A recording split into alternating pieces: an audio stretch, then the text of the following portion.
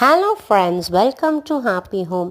இன்றைக்கி சூப்பரான நல்லெண்ணெய் தக்காளி தொக்கு தாங்க பார்க்க போகிறோம்.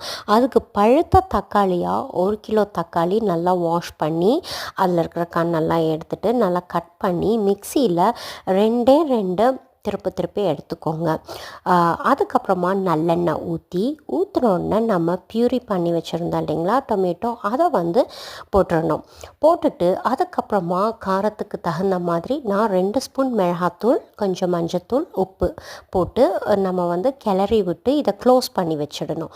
இது நல்லா கொதித்து வரட்டும். அதுக்கப்புறமா இது ஃபஸ்ட்டு ஸ்டேஜ். இது செகண்ட் ஸ்டேஜில் நம்ம ஒரு 100 கிராம் அளவு பூண்டு நல்லா தோல் எடுத்து வாஷ் பண்ணிவிட்டு நல்லா ட்ரை பண்ணிவிட்டு அதுக்கப்புறமா இந்த தக்காளியில் செகண்ட் ஸ்டேஜ் ஆகும்போது நம்ம ஆட் பண்ணிக்கணும். இது ஃபைனல். இந்த எண்ணெய் பிரிஞ்சு வரும்போது ரொம்ப கலர்ஃபுல்லாக அந்த பூண்டோட இந்த தக்காளி வாசமும் சூப்பராக இருக்கும். இது 1 மந்த் ஆனாலும் கெடாது. நீங்கள் ஆறுனதுக்கப்புறம் நல்லா ஸ்டோர் பண்ணி வச்சுக்கோங்க. இது சப்பாத்திக்கு செம சூப்பரான ஒரு சைட் டிஷ்.